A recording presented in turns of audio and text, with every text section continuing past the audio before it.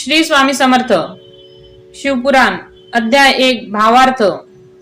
ओम नमः शिवाय. नमस्कार भक्त हो. आज आपण शिवपुराणाच्या पहिल्या अध्यायाचा भावार्थ जाणून घेणार आहोत. हा अध्याय आपल्याला एक अतिशय महत्वाचा संदेश देतो. भगवान शिव हे सृष्टीचे आदिकारण आहेत आणि त्यांचे स्मरण मनुष्याला पाप, दुःख आणि भयातून मुक्त करते. एकेकाळी अनेक महाऋषी पवित्र नवमिषारण्यात एकत्र जमले. त्यांना एक प्रश्न सतावत होता. कलियुगातील माणसांचे कल्याण कसे होईल? लोक दुःखी आहेत, मन अस्थिर आहे, पाप वाढले आहे, श्रद्धा कमी होत आहे.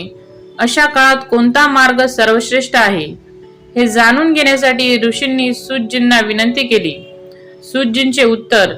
सूतजी नम्रतेने म्हणाले, हे ऋषी हो, सर्व शास्त्रांमध्ये शिवपुराण अत्यंत पवित्र आणि कल्याणकारी आहे. जो भक्त श्रद्धेने शिवपुराण ऐकतो, वाचतो आणि इतरांना सांगतो, त्याच्या जीवनात आध्यात्मिक प्रकाश निर्माण होतो.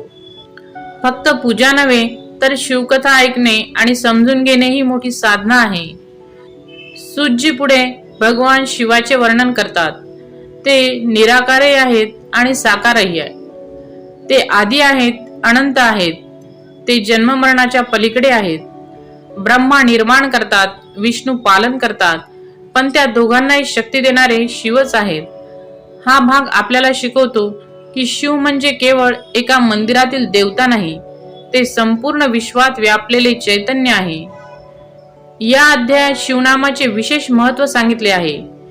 ओम नमः शिवाय हा पंचाक्षरी मंत्र मन शुद्ध करतो, भीती कमी करतो आणि अंतःकरणाला शांत करतो. एकाग्रतेने घेतलेले शिवनाम व्यर्थ जात नाही. संकटात घेतलेले शिवनाम संरक्षण देते. प्रेमाने घेतलेले शिवनाम शिवाशी नाते जोडते. कलियुगातील सोपी साधना. ऋषींनी विचारले, सर्वांना कठीण तपश्चर्या करता येणार नाही, मग सामान्य माणसाने काय करावे? सूतजी म्हणाले, शिवाचे स्मरण करा, शिवपुराण ऐका, सोमवार आणि श्रावणात भक्ती करा, बेलपत्र, जल आणि श्रद्धा अर्पण करा, अहंकार, क्रोध आणि द्वेष कमी करा. येथे अत्यंत सुंदर संदेश आहे. शिवाला महाग वस्तूंची गरज नाही, त्यांना शुद्ध मन प्रिय आहे. शिवपुराण ऐकण्याचे फळ. पहिल्या अध्यायात सांगितले आहे की जो भक्त श्रद्धेने शिवपुराण श्रवण करतो त्याला मानसिक शांती मिळते, पापाचे क्षालन होते, घरातील नकारात्मकता कमी होते, भक्ती वाढते आणि शेवटी शिवकृपेने मोक्ष मार्ग सुकर होतो. याचा अर्थ असा नाही की जीवनात अडचणी येणार नाहीत, पण अडचणींना सामोरे जाण्याची शक्ती मिळते.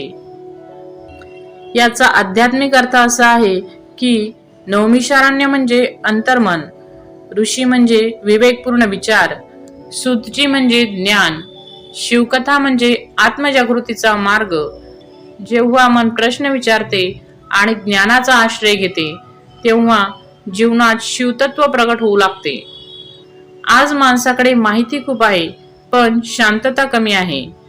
पहिला अध्याय सांगतो, मोबाईलपेक्षा मनाला वेळ द्या, तक्रारीपेक्षा प्रार्थना वाढवा, भीतीपेक्षा विश्वास वाढवा आणि दिवसातून काही क्षण ओम नमः शिवाय जपा. भक्त हो, शिवपुराणाचा पहिला अध्याय आपल्याला शिकवतो की शिवभक्ती ही केवळ धार्मिक कृती नाही, तर मन शुद्ध करण्याची आणि जीवनाला योग्य दिशा देण्याची साधना आहे.